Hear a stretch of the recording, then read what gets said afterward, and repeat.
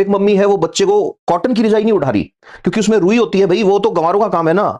ये तो अलग पढ़े लिखे लोग हैं, तो ये क्या करते हैं अपने बच्चे के लिए यही पॉलिस्टर के बने हुए कंबल ला रहे हैं रंग बिरंगे, छोटे छोटे बच्चों को उसमें लपेट रखा है पॉलिस्टर के। और वो कंपनी वाले उससे ज्यादा समझदार हैं, कंपनी ने क्लियर कट उस पर वार्निंग के साथ लेबल लगा रखा है 100% पॉलिस्टर। अब वो पता नहीं डिग्रियां लेके घूम रही है या क्या है, छोटा सा बच्चा है उसको उसमें लपेट रखा है उसने, और उसमें धागे ऐसे उठ रहे हैं। अब कंपेयर करो सिचुएशन कि आप रात को कॉटन की रजाई लेके सो रहे हो, या आप वो खेस बोलते हैं जिसको कॉटन से बनता है वो ले रहे हो, या ऊंट की ऊन से या भेड़ की ऊन से बना हुआ कंबल लेके सो रहे हो सकता है वो कूल नहीं लगे, हो सकता है चुभ रहा हो सकता है रजाई आपको देखने में सुंदर नहीं लगे। अब आप ले आए खरीद के रंग बिरंगे के चक्कर में पॉलिस्टर वाला, और वो गर्म बड़ा रहता है। गर्म क्यों नहीं रहेगा, मैंने बताया एयर प्रूफ कर देते हैं। एयर प्रूफिंग के लिए क्या डाला उन्होंने, उन्होंने डाले इसमें परफ्लोरो एल्काइल सल्फोनेट, अभी बताया मैंने। और इससे क्या होता है, कैंसर। अभी सुनते जाना। इसके अलावा जब बन रहा था तो क्या डाला, एंटीमनी डाला। शुरू में पॉलिस्टर जब बनाया था तो ये थोड़ी पता था कि इसके कंबल बना लेंगे लोग, और कूल दिखने के चक्कर में छोटे छोटे बच्चों को वो कंबल उठा रखे हैं। बाद में 10 साल बाद घूमते फिर रहे हैं कि हमारी बेटी के पीसीओडी हो गया, हमारे तो बच्चे के छोटे से कई एलर्जी हो गई, इसके अस्थमा हो गया। अरे उस मम्मी ने किया है जो सिर्फ डिग्रियां लेके घूम रही है, और अपने आप को सुपीरियर दिखाने के चक्कर में हर वो चीज खरीद के ला रही है जिसका टीवी पे ऐड देख लिया या जो फिल्मों में देख ली। एक बार एजुकेशन, उनकी क्वालिफिकेशन तो देखो जिनसे इंस्पायर हो रहे हो। अब हो क्या रहा है, वो जब बच्चा ओढ़ रहा है उसको, तो पॉलिस्टर के माइक्रोफाइबर्स उसके नाक से और उसके मुंह से अंदर जा रहे हैं।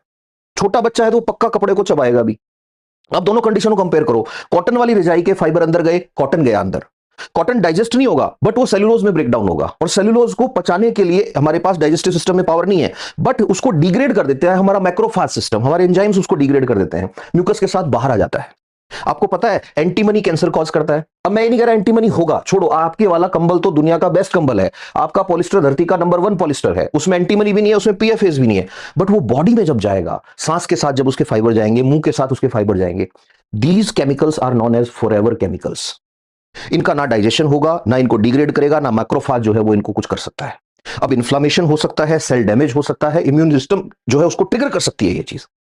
अब सोचो, आप नजर डालो चारों तरफ। अवेयरनेस की बात मैं क्यों करता हूं, ये अपने आप को अवेयर समझने वाले लोग जो हैं, इन्होंने, ये खुद ग्रेजुएट होंगे, पोस्ट ग्रेजुएट होंगे, डॉक्टरेट होंगे, और इन्होंने अपने गाइड बना रखे हैं उन लोगों को जिनकी 10th भी नहीं हुई कभी ढंग से।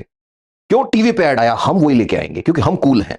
रजाइयां जो हैं वो तो अच्छी नहीं लगती ना, कौन रुई भरवाए कौन ये करे, बट रुको, समय आएगा घूम के। जैसे अपने बच्चों को वो घोल घोल के पिलाते थे ना पाउडर जिनमें 70% चीनी हुआ करती थी, ये सोच के कि हमारी बेटी बनेगी औरों से लंबी, टॉलर, स्मार्टर, कुछ नहीं है, चीनी चीनी थी उसमें।